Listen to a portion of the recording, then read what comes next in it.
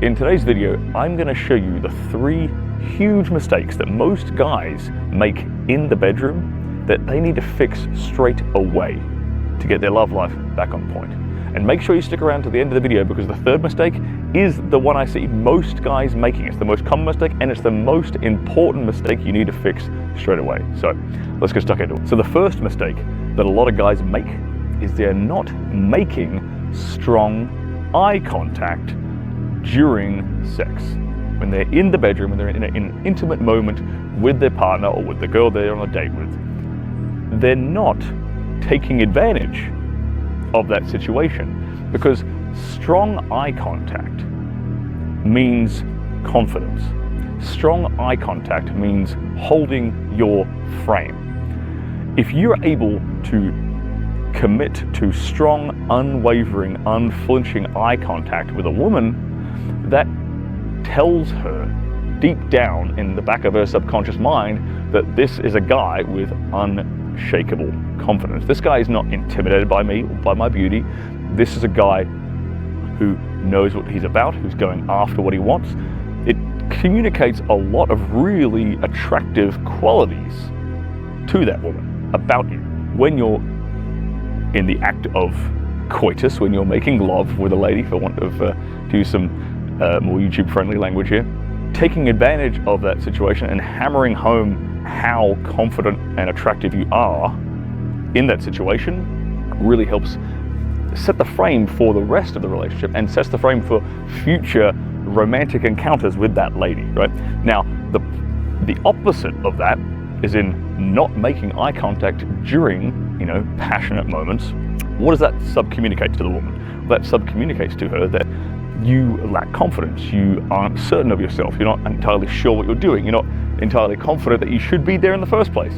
If you're, it's kind of hard for me to describe, to demonstrate this out here in the wilderness on a YouTube video, but if you're, for example, in missionary position in the act of sex, if you're like looking away from her, not actually making direct eye contact with her, that creates a bit of awkwardness for her as well, right? Because remember that you're the emotional leader in the interaction with a woman, right? And you're also the emotional leader in the bedroom. So if you're coming across and sub-communicating awkwardness, then she is going to start to pick up on that. But if you're comfortable and confident and able to create really strong, long-lasting eye contact, then she's going to feel comfortable and confident in letting you lead the romantic interaction. The second mistake that most guys are making in the bedroom, and in particular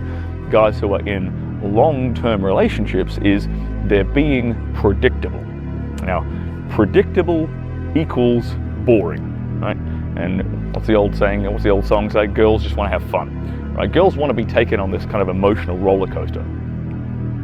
The way you get around being predictable and being boring is to add some variety and spice things up in the bedroom. Now, the reason that most guys sort of get into this habit in the bedroom, most guys sort of get into their typical routine, and don't get me wrong, I've been there. Like I am guilty of having made this mistake in the past myself.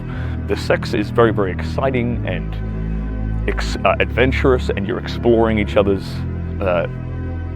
turn-ons, turn-offs, boundaries. You're exploring what each other likes. You're learning about each other in the bedroom, right? And this is typically what we refer to as the honeymoon period in a relationship, right? The sex is really good during that time. And then what guys tend to do is they fall into this habit.